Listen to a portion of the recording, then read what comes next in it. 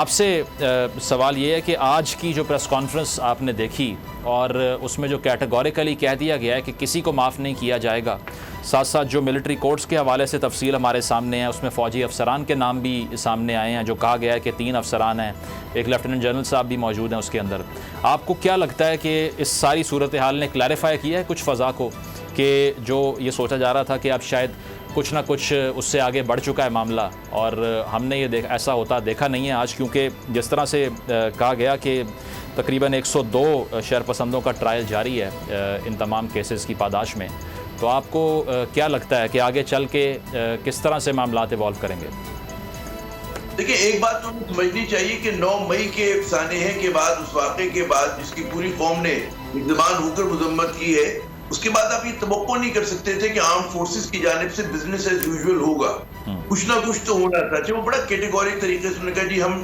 جو ہے ان لوگوں کو کیفر کردار تک پہنچائیں گے جو ان واقعات میں ملوث تھے۔ لیکن آپ یہ دیکھیں کہ جو فوج کا ڈسپلن ہے، آئینی ڈسپلن جس کو میں کہتا ہوں، کہ انہوں نے اس کا جو کہتے ہیں نا کہ احتساب کا جو آغاز کیا انہوں نے اپنی صفوں سے کیا، اور جس میں انہوں نے اپنے لیفٹیننٹ جنرل کو، میجر جنرل کو، ٹھیک ہے نا، ان کے خلاف انہوں نے کارروائی بھی کی، کچھ کو فارغ بھی کیا۔ تو یہ اس بات کی انڈیکیشن ہے کہ جو ریزالو ہے ہماری ملٹری لیڈرشپ کا کہ ہر حالت میں اکاؤنٹیبلٹی کرنی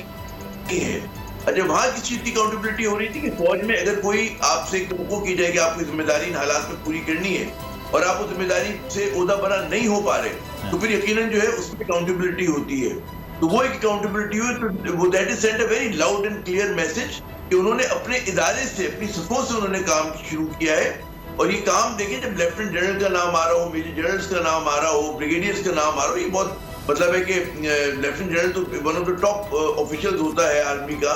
تو ان سے اگر انہوں نے آغاز کیا تو اس سے آپ ان کا ریزالو کا اور اس چیز کا اندازہ کر سکتے ہیں کہ اتنا سنجیدہ ہے اس معاملے میں۔ اب دوسری بات یہ کہ جی جو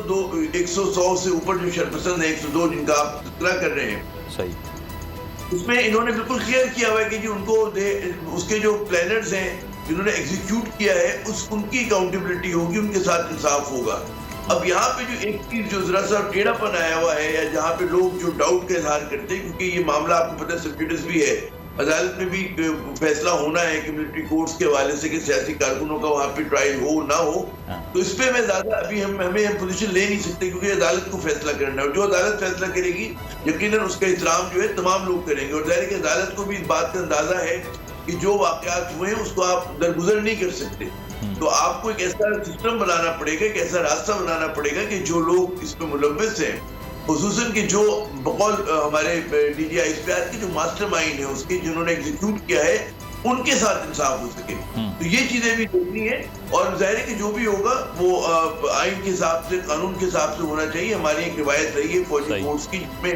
دہشت گردوں کا احتساب ہمیشہ ہوا ہے۔ عامر صاحب، بالکل عامر صاحب، اس کے علاوہ جو بڑا ایک امپورٹنٹ بات جو میں نے نوٹس کی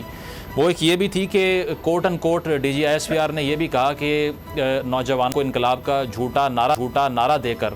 اس کے بعد میں ہم نے دیکھا کہ بغاوت پہ اکسایا گیا۔ تو اگر ہم 9 مئی کے واقعات کو ریکال کریں تو اس وقت سوشل میڈیا کو دیکھ لیں یا پھر ان لوگوں کا موڈ دیکھیں جو کہ رائٹنگ کر رہے تھے، جو سڑکوں پہ موجود تھے، وہ کہنا یہی تھا کہ کوئی ریولوشن آنے لگی ہے شاید۔ تو آپ کو لگتا ہے کہ وہ بری طرح ایکسپوز ہوئی ہے، کیونکہ جس کے کہنے پر یہ سب کچھ ہو رہا تھا وہ خود ہی بیک آؤٹ کر گیا اور اس نے کہا کہ میرے لوگ ہی نہیں تھے، تو اس کو صحیح ڈینوٹ کیا انہوں نے پھر؟ مزمل، میں نے تھوڑا بہت مجھے مطلب ہے کہ جو تاریخ کا شوق ہے، انقلابوں کی تاریخ پڑھی ہے، وہ چاہے انقلاب فرانس ہو، چاہے وہ چین کا انقلاب ہو، چاہے سوویت یونین کا ہو، تو انقلاب میں بڑی ہمگیر ایک جدوجہد ہوتی ہے، اور اس میں اس طرح کا نہیں ہوتا ہے کہ آپ لوگوں میں مطلب صرف جوش یا غصے کی وجہ سے نہیں آ رہا ہوتا، وہ 2 دن کا احتجاج نہیں ہو رہا ہوتا۔ انقلاب تو بڑی طویل صبر آزما جدوجہد ہوتی ہے، جس کے نتیجے میں تو ہمارے ملک میں ابھی مطلب کوئی بھی انقلابی پارٹی موجود نہیں ہے، تو اگر کوئی پی ٹی آئی کو کہے کہ انقلابی پارٹی ہے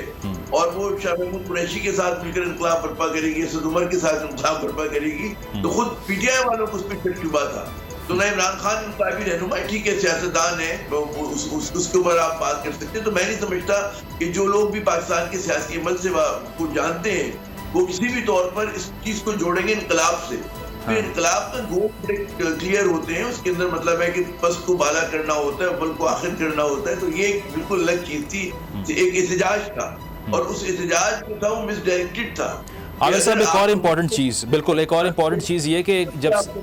جب صحافی نے سوال کیا کہ ہم نے یہ دیکھا کہ اس وقت کوئی خاص ریزسٹنس سامنے نہیں آئی سیکیورٹی فورسز کی طرف سے، تو اس کا جواب D G I S P R نے یہ دیا کہ ان کی اسٹریٹجی یہ تھی کہ ایک ایسا رسپانس آئے جس سے ان کو سیاسی فائدہ مل جائے، کیونکہ یہ کوٹ ان کوٹ ان کا بیان بھی انہوں نے آج جو دیا، انہوں نے یہ کہا کہ کچھ جگہوں پہ خواتین کو بھی ڈھال بنا کے منصوبہ بندی سے آگے لے کر آگے وہ لوگ. تو آپ کو لگتا ہے کہ اس میں بھی کچھ پریگمیٹزم تھا کہ اس وقت ایسا رسپانس نہ دیا جائے جس سے وائلنس کریٹ ہو جائے؟ دیکھیں میرے خیال میں جس کی بہت سارے لوگوں نے تعریف کی کہ جتنا پرووکیشن تھا اس کے حساب سے رد عمل نہیں آیا ہے، اور وہ جو ریسٹرین کا مظاہرہ کیا اس میں بحث ہو سکتی کہ کمزور تھا مضبوط تھا، لیکن فوج نے اپنا ایک کہتے ہیں نا کہ وہ استعمال نہیں کی طاقت اپنے ہی لوگوں کے اوپر، جو میرے خیال میں قابل تعریف بات ہے، میں اس چیز کی تعریف کروں گا. لیکن یہاں پہ جو تنقید ہونی چاہیے وہ ہماری پولیس پر ہونی چاہیے کہ پولیس جو ہوتی ہے پہلی صف ہوتی ہے، پولیس کی موجودگی میں اس کی غیر موجودگی تھی نا کہ لوگ جو ہیں چند سو افراد جو ہیں وہ کہتے ہیں نا گشت کرتے ہوئے پہنچ گئے ان 7 جگہوں کے اوپر. تو یہ ایک سوالیہ نشان ہے. اگر اس کے ایمبٹ میں یہ چیز بھی دیکھی جائے کہ جہاں پر وہ احتساب کیا گیا ہے، فوج نے اپنی صفوں میں احتساب کیا ہے، تعریفی کارروائی کی ہے، وہاں پر جو پولیس کے لوگ ان کی طرف سے غیر ذمہ داری کا مظاہرہ کیا ہے، اگر وہاں پر بھی دائرہ کار بڑھایا جائے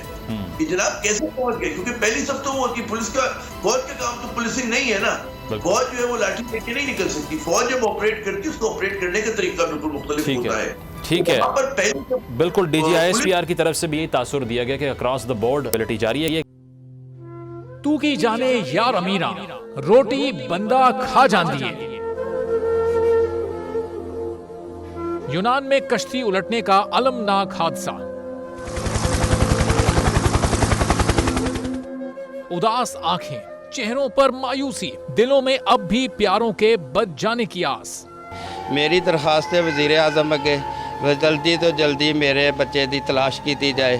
غم کی اس گھڑی میں بول رہا اپنوں کے ساتھ، صحافتی فرائض کو نبھاتے ہوئے پہنچائی ہر خبر عوام تک. اور یونان میں مہاجرین کے جہاز کو حادثے کے بعد اب ریسکیو آپریشن ختم ہو چکا ہے. بول کی خبر پر ایف آئی اے کی بڑی کارروائی، انسانی اسمگلروں کے خلاف اقدامات کرتے ہوئے گرفتار کر لیا. ہیومن ٹریفکنگ سرکل گجرات نے بڑی یہ کارروائی کی ہے جس میں کشتی حادثے میں ملوث اہم سرگنا گرفتار کر لیا گیا ہے. 68% عوام نے کشتی حادثے کی پل پل کی خبر سے جڑے رہنے کے لیے دیکھا صرف بول نیوز، کیونکہ بول ہے پاکستان کا نمبر 1 نیوز چینل. سبسکرائب کریں اور بیل دبائیں تاکہ کوئی خبر رہ نہ جائے.